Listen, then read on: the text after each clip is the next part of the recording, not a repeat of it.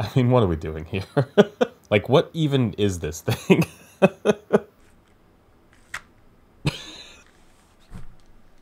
Jesus Christ.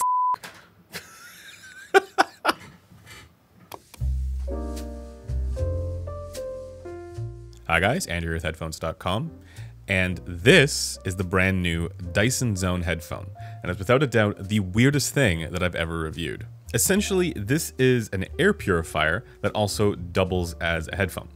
Now, I tend to think that most of the interest in this thing has to do with just how ridiculous it looks or how weird it is, not necessarily whether or not people are actually interested in buying this thing. And I have to admit, that's why we're reviewing it. In any case, for those who are unaware, the Dyson Zone is a real thing that you could buy for a whopping 950 bucks. Although I've been thinking about this, and in my mind, there's really nothing else that is like this. There's nothing really to compare this to, so I don't really know what good is for a device like this, but we'll try anyways. But just a quick disclaimer before we get started here, nobody sent this to us. We actually just bought this, and nobody has paid me to say anything in particular about this, and as usual, all thoughts and opinions here are my own. Now, let's begin with what you get with this thing, and what this machine even is. So, out of the box, you get this nice case to carry your Dyson Zone around with.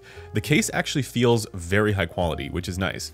Then you get the headphones, of course, and then you get this weird mask thing. You also get some air filters, which I'll talk about in a minute. You get a couple of USB cables, a baggie, and some documentation. Now, given that this is at its core an air purifier, that's what these filters are for. You unscrew the back of the cups like this, and install the air filters like this. Then you affix the front mouthpiece thingy like this. And I just have to say that while the headphone itself feels like it's made from solid, sturdy materials, this front piece uses the cheapest feeling plastics I've ever come across. Like, I have to be completely blunt about this. So all of this right here is incredibly flimsy feeling, which is not great. I expect they had to do this to ensure that the weight remains reasonable, because with all of this technology going on in the headphone, it does end up being a little bit on the heavy side overall. For the headphone itself, this is a dynamic driver moving coil headphone, and we should probably think of it as closed acoustically, even though there is an air intake. And it's also got wireless active noise cancelling as well. Now, as far as aesthetics goes, it looks kind of like if Bane from Batman decided to dress up like Princess Leia from Star Wars, but I guess if you're wearing this outside, you probably are okay with it looking weird to begin with. When I do wear it, let me just put this on, I get... oh god. So when I do wear it, apart from the embarrassment that I feel, which is probably a consequence of the uncontrollable fits of laughter I hear from anybody who sees me wearing it, the Dyson Zone is reasonably comfortable, if a bit on the heavier side, of course, like I mentioned. But, you know, the way it couples with the pads here, they're very cushiony pads, and there's a top padding piece as well. You do get a little bit of a hot spot up there because of the weight, and I should note that these pieces right here, they don't actually come into contact with your head. So they're, I guess, for cosmetic reasons. For the rest of the comfort here, it's actually, reasonable. I just wouldn't be able to get through a full day of work wearing it. Not because people are laughing at me in my vicinity, but rather the weight does get to me over time. Jesus Christ. I mean, what in the hell? I'm just gonna hold it like this. There's no other way to hold this because the front piece falls off. Now, I have to clarify something about the mouthpiece thingy. And based on the photos of this device, it looks like it would function kind of like a mask that would cover up your mouth and your nose, but it really doesn't. It's not actually supposed to touch your face. It's meant to just sit in front of you, more fully extended. So while you could wear this on a plane, if you wanted to, it doesn't really function like a conventional mask or, something else that you might kind of wear that covers your face like that. Instead, this piece in the side here has some tubing in it that takes the filtered air intake here through the cups and pumps it directly into your face. And that's, you can see there's sort of venting on the front of the mouthpiece. That's really what's going on there. So when I go like this, it turns off the purifier. And then when I go like this again, it turns on again and blasts me in the face with purified air. Does it like go up your nose? No, it's just like, it's not even supposed to like actually touch your face. It just like blasts air directly at you. Now, one quirk that I noticed with this is that while the face portion itself attaches easily with magnets on the bottom, the actual mechanism for it's sort of like a rubber tubing here, to connect to the side of the cup falls off incredibly easily. Like it'll fall off if you just sort of, adjust the angle of the headphones. And so again, this whole system is really poorly built. Like this mouthpiece thingy, it just feels terrible. Like I've been to the dollar store and found better built stuff than this. So yeah, like you can tell, like it just falls off like on a regular basis. Now, when you wear it and turn the air purification system on, it's essentially a headphone that blasts you in the face with filtered air, like I mentioned. But the Dyson Zone is also more than that, and we have to talk about the app and the software. And this is where it gets actually kind of interesting. Again, conceptually. By using the Dyson Zone app, the machine, as they call it, functions also kind of like a health tracker of sorts. Specifically, it shows you information about the air quality that you're in, and also information on how loud you're listening. And this is actually interesting, I find at least.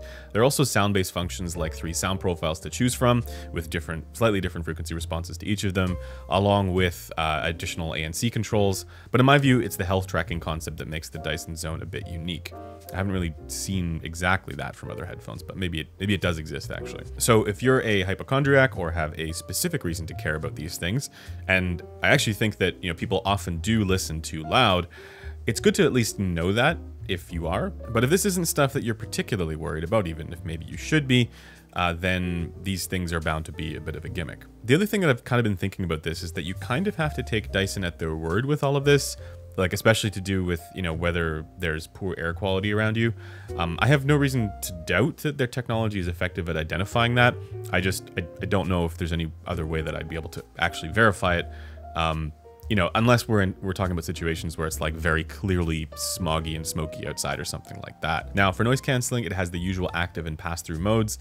While I ordinarily don't think that ANC is as important as many imagine it to be, in this case, it's actually kind of essential.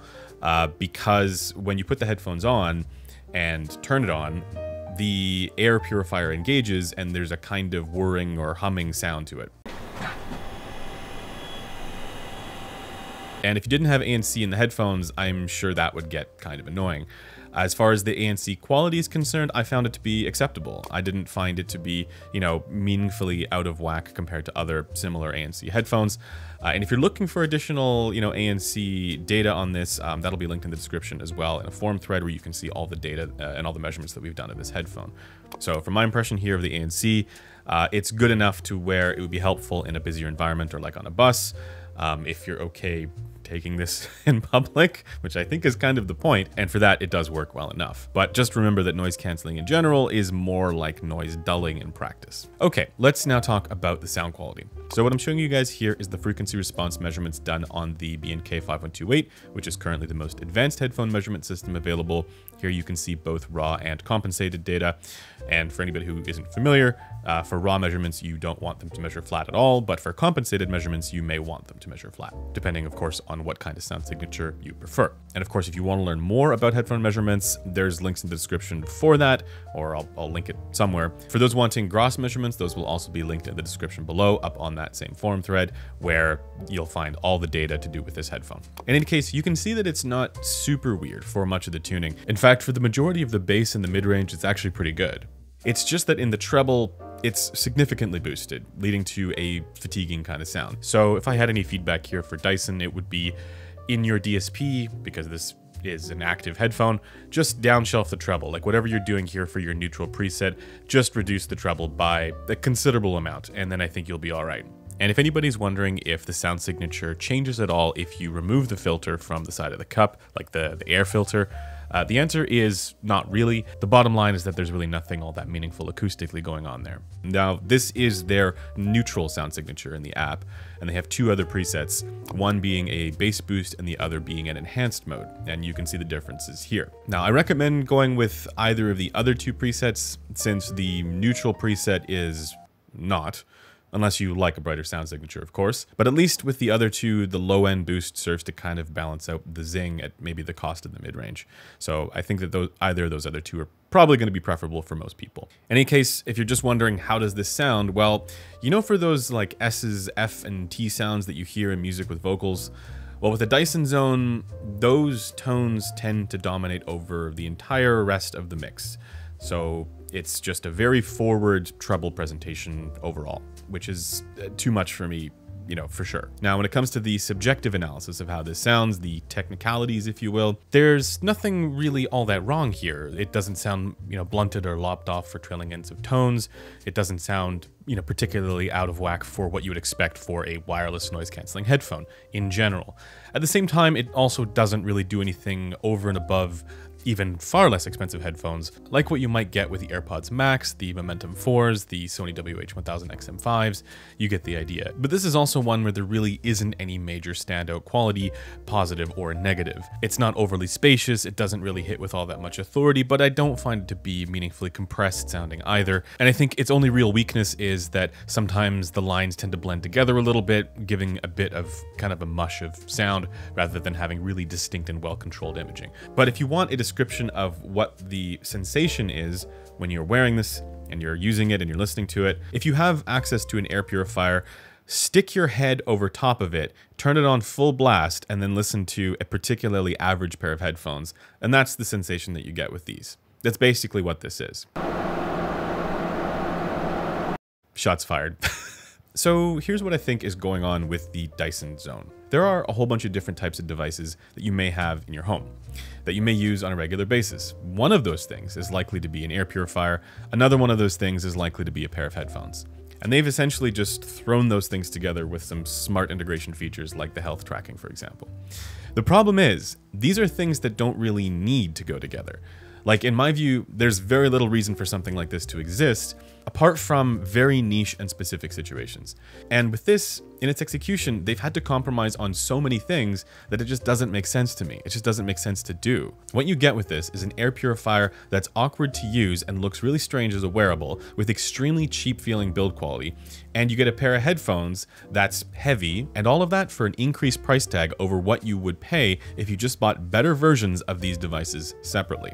You can buy an air purifier that's far less money that performs, I imagine, better than this if you want to fill your home with, you know, purified air. You can buy far better sounding headphones at much lower price tags as separate devices. So for me, this is like an unnecessary smashing together of things that just don't go together. And even if you need both of those things, there's no reason for them both to exist in the same device. Now, with all of that said, there are likely to be environments or places in the world where having purified air blasting directly into your face is a massive benefit, and I don't want to discount that.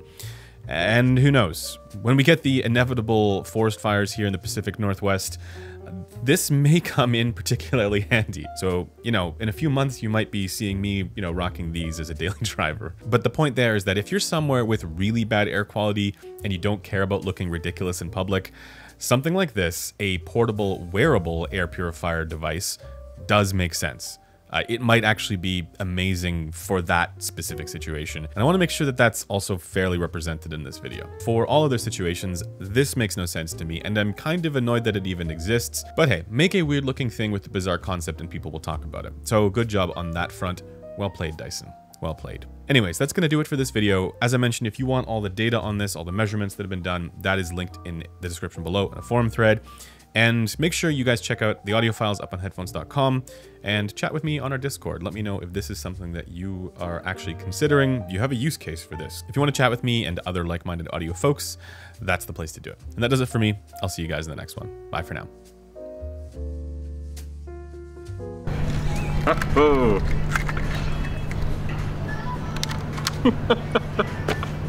Yeah, I don't feel weird at all. This is super normal.